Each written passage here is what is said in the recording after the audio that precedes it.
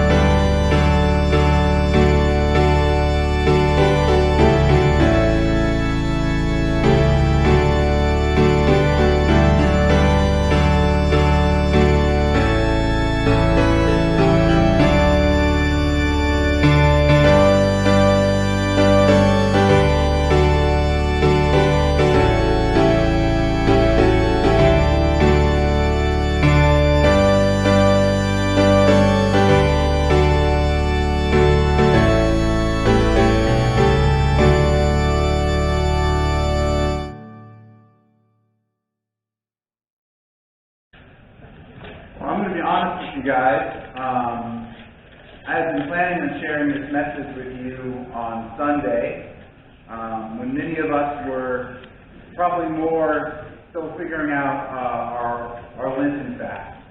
If that's something we wanted to do and what we wanted to fast from this year. But instead, this is going to be a call to say it's never too late. It's never too late to start a fast. It's never too late to come with a new devotion, a new commitment to our relationship with God.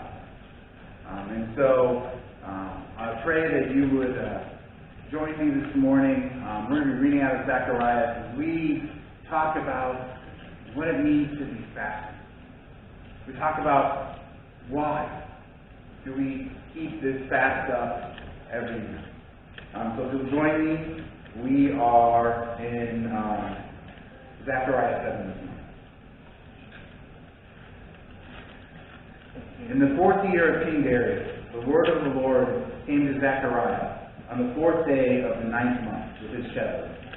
Now the people of Bethel had sent Shargah and Ram-Regamamelech and their men to entreat with the favor of the Lord, and to ask the priests of the house of the Lord and the prophets, shall I mourn and practice abstinence in the 5th month, as I have done for so many years? Then the word of the Lord of hosts came to me. Say to all the people of the land and the priests, when you have fasted and lamented in the 5th month and in the 7th, for these 70 years, was it for me that you fasted? And when you ate and you drank, did you not eat and drink only for yourselves? Were not these the words that the Lord proclaimed by the former prophets, when Jerusalem was inhabited and in prosperity? The word of the Lord came to Zechariah, saying, Thus says the Lord of the hosts, render true judgment, show kindness and mercy to one another. Do not oppress the widow, the orphan, the alien, or the poor, and do not devise evil in your hearts against one another. But they refused to listen, and turned a stubborn shoulder, and stopped their ears in order not to hear. They made their hearts adamant in order to not hear the law and the word that the Lord of hosts had sent to them by his Spirit to the former prophets. So we're told this takes place in the 4th year of King Darius of Persia. That's a really, really important date. That's a really important year. That is the year that they finish rebuilding the temple of the Lord. That when Persia came in and took over Babylon, and they let them return and start rebuilding the temple. This is when they finished that work. And so these leaders of Bethel send these representatives to this newly reestablished temple to talk to the chief priests, to seek out the prophets, because they have a question. Should we continue to mourn and fast in the 5th and the 7th month as we always have before? Should we still be fasting? Should we still be mourning now that our prayers have been answered? Now that the temple of the Lord is restored? Isn't it a time for celebration and not mourning and fasting? So the question is so much more to us. Should we continue? Why do we continue? In this period every year, a time of mourning and fasting. When the temple of the Lord has not only been restored, but it has been restored in a miraculous way. Has been built not on a hill halfway around the world, but in our hearts. That through Christ's sacrifice and love, the temple of God has been re-established in our hearts in His resurrection and in the Pentecost. Should we continue this practice of old, this routine fasting that has been a tradition in our church since its foundation? Quite frankly, if we're looking back to the Old Testament, long before its foundation. Lord, if we have everything to celebrate, why should we mourn and fast? Should we continue this ritual fasting? So this is the question. This is the question brought before the chief priests, before the prophets. They want to ask God, should we continue our ritual fasting? And as God loves to do, He answers their question with a question. He says, I've seen it. I know for these past 70 years you have been good at keeping up this fast. But who do you fast for? Do you fast only for yourselves? Or do you fast for me? And when you eat and drink, when you celebrate the breaking of that fast, are you doing that alone or are you doing that with me? Why are you fasting? Is it for me or is it for yourself?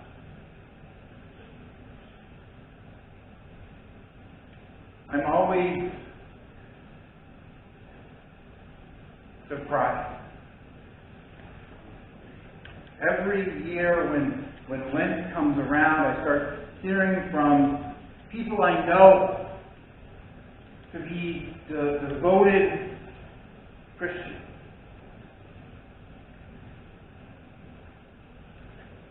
And they say, well, what are you giving up for Lent this year? And their answer is, well, I'm giving up sugar, or I'm giving up sweets, or, I got to start exercising because swimsuit season is coming.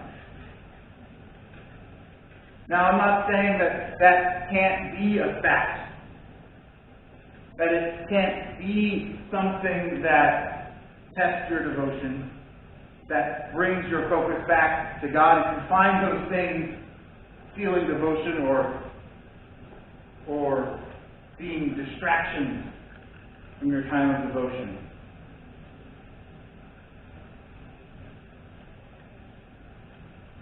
But the question becomes, why are you doing that fast? Is it for yourself or is it for God? Is there a reason? What is the reason you picked that fast? Is the real reason behind it wanting to have a healthier body and better serve the Lord? Or is it because swimsuit season is coming? Why are you posting about your fast on Facebook? To hold yourself accountable, or because you want everyone to see what you're fasting about this year and be impressed with you? That's God's question. Why are you fasting? Is it really for me or is it for you?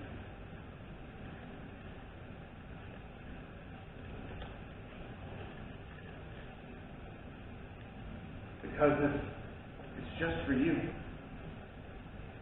If the few Israelites over there in Bethel are just fasting because it's expected of you.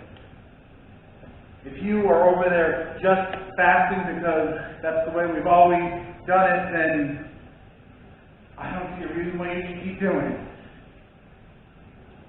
But if you're fasting because you have a true desire to grow closer in relationship to me. You have a true desire that this be a time of increased devotion in your life. Then absolutely keep your ritual of fasting. Let it be a reminder every year to pull you deeper into relationship with me. Do you fast? Who do you fast for? For yourself or for God? I think the answer is both. The answer is both. We fast in a way that draws us closer to God. We fast in a way that brings us closer to God, and that's not just benefiting God, my friends. That should be our goal. Is that not our first and foremost goal? Is to grow in this relationship with God. Who are you fasting for? And I think the second question we hear here why are you fasting?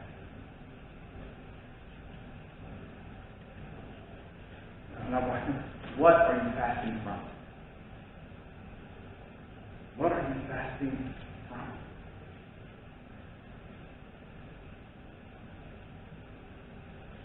He says, are you rendering true judgment, showing kindness and mercy to one another? Do not oppress the widow, the orphan, the alien, the poor. Do not devise evil in your heart against one another.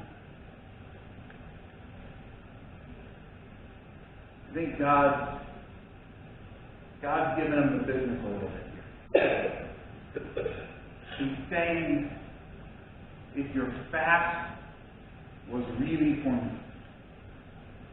if your fast was really working, I wouldn't see these things in the land of Israel. If you have been doing such a great job of fasting for the past 70 years, why do I look around in the land that I have given for my people? A kingdom to be an example to the kingdom of the rest of the world, and I see people who pervert justice, who have no mercy for one another, who oppress those who can't defend themselves, and spend their time devising evil in their hearts against one another.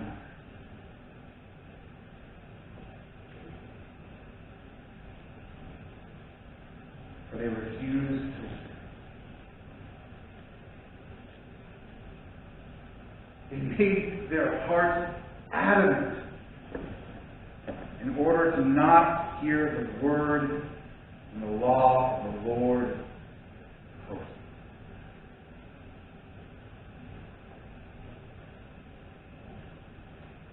In the end,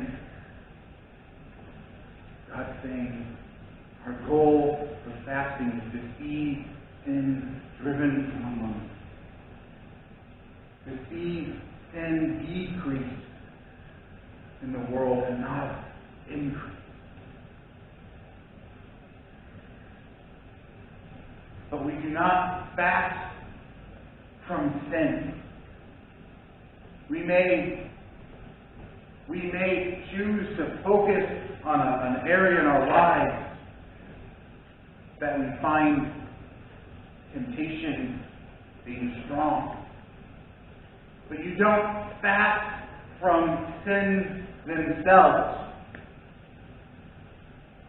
What? I'm going to stop doing a sin for 40 days and then Easter comes and I can go back to doing it again? Eliminating sin from our life isn't a fast. That's the work of a Christian. Eliminating sin from our life is an everyday practice for us. Should be our goal every day.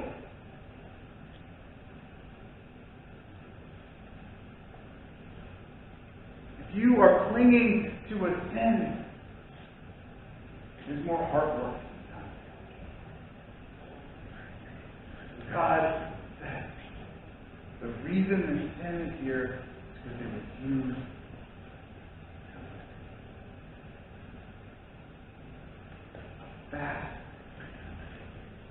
A good fast.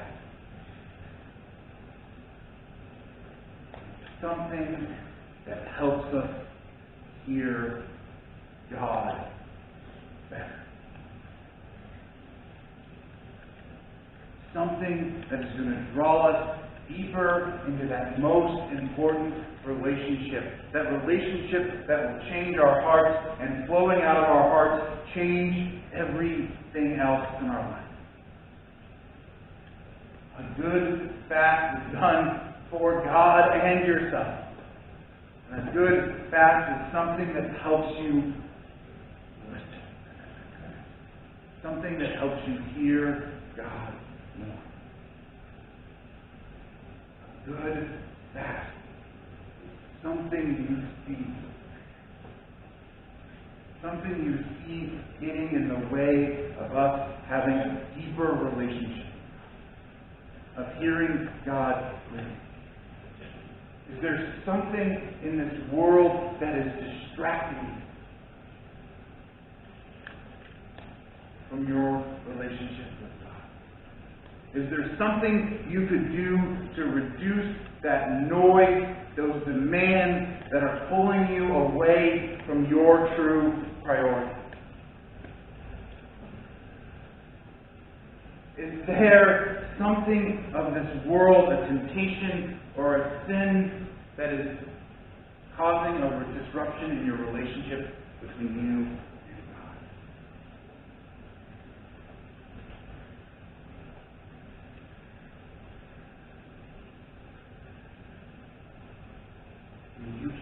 You can't identify. You can't identify something that is distracting you, that is making it hard for you to hear God, focus on God, or make God a priority. Then maybe this Lenten season is a call to add something. To add something that will make it easier to hear God, to make it easier to grow with God. An increased prayer life. An increased attendance at church and a community of faith together.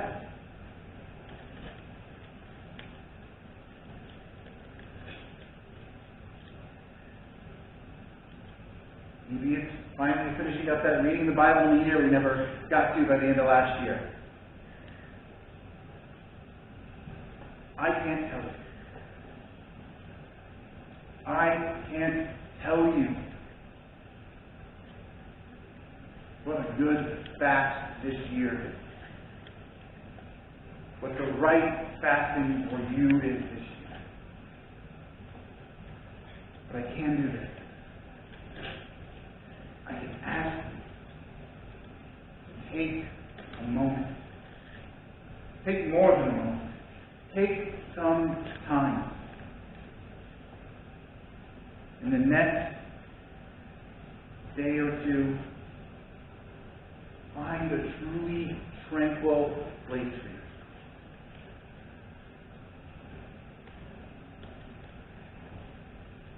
Ask God.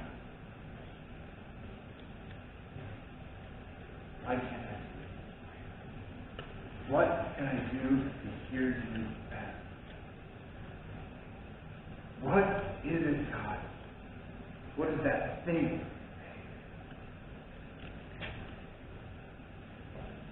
that I could do this season of Lent, that I could grow closer to you? When you come up with an answer, ask yourself those two questions. Who is this fast? Is this fast really something that's going to increase my relationship with God? What is this fast for? And is this going to help me get closer to God?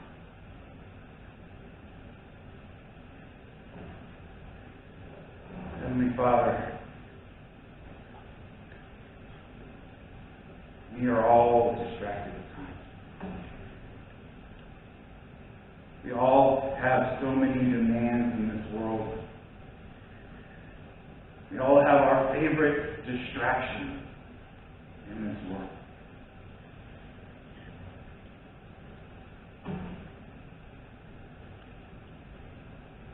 What we're asking for is peace. One quiet prayer. Place where we can hear your voice.